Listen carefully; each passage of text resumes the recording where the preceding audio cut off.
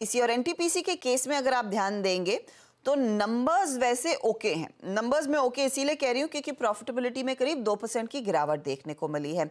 56 के आसपास ये फिगर आया है। रेवेन्यू करीब 3% बढ़कर आया है, 42,532 करोड़, 44,800 करोड़ का अनुमान था। वहीं EBITDA देखेंगे तो 2% बढ़ा है, 11,334 करोड़, और साथ ही साथ ये भी एक्सपेक्टेशन से कम है। मार्जिन्स 29% के एक्सपेक्टेड थे, 26% पर आए हैं। कंपनी कह रही है coal produce from capital commercial mines 1.5% बढ़ी है year on year. Install capacity में कुछ पिकअप देखने को मिला है, लेकिन आगे और स्पेशली थर्मल बिजनेस को लेकर काफी ऑप्टिमिस्टिक है कंपनी। थर्मल ऑर्डर्स 15.2 गीगावाट्स के टारगेट कर रही है कंपनी।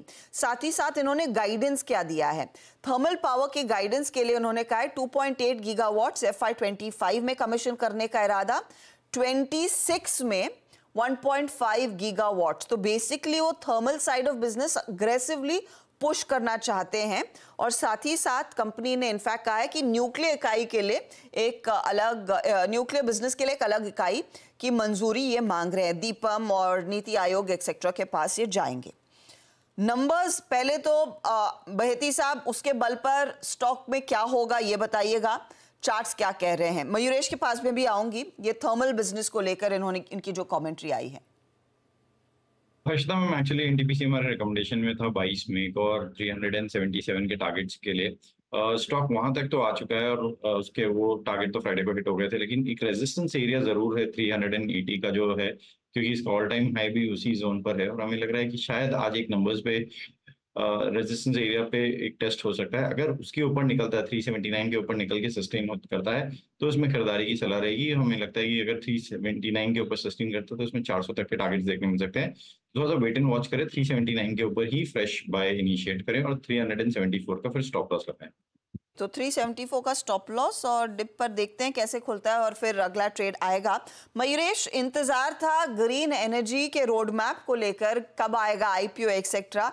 इन्होंने तो थर्मल बिजनेस पे बड़ी अच्छी कमेंट्री दे दी है।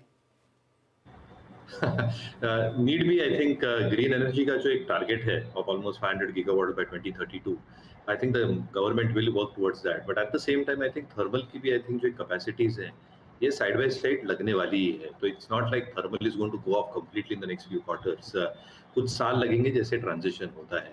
And NTPC Harshada ji is not shying away from the fact. ये बोल रहे हैं कि जो ये एक्सपैंड कर रहे हैं अपनी renewable energy including green hydrogen, they're expecting almost 50% of its capacity to come from non-fossil fuels by 2030. तो इनका जो मीडियम टर्म टारगेट है 60 गीगावाट्स का, तो 2030 या 2031 तक, मेरे हिसाब से आई थिंक जितनी कंस्ट्रक्शन इनकी इन लाइन है और जो एक्सपेक्टेशन है कैपेसिटी रीच करने के लिए, डिवर्सिफाई करने के लिए, like green hydrogen, nuclear power, that are steps in the right direction. और ROEs नए बिजनेसेस के भी the capex that they are putting it should also remain relatively stable. तो मुझे नहीं लगता आई थिंक बहुत ज्यादा कुछ डिविएशंस है। ऑब्वियसली आई थिंक केपेक्स जो ये कर रहे हैं towards green energy will continue और existing business also should contribute decently. तो जिनके पास है बिल्कुल बने रहना चाहिए। की सलाह एनटीपीसी में देखते हैं। आज नंबर्स तो ठीक है लेकिन कमेंट्री अच्छी, स्टॉक किस तरफ बैठता है। चलिए अब 3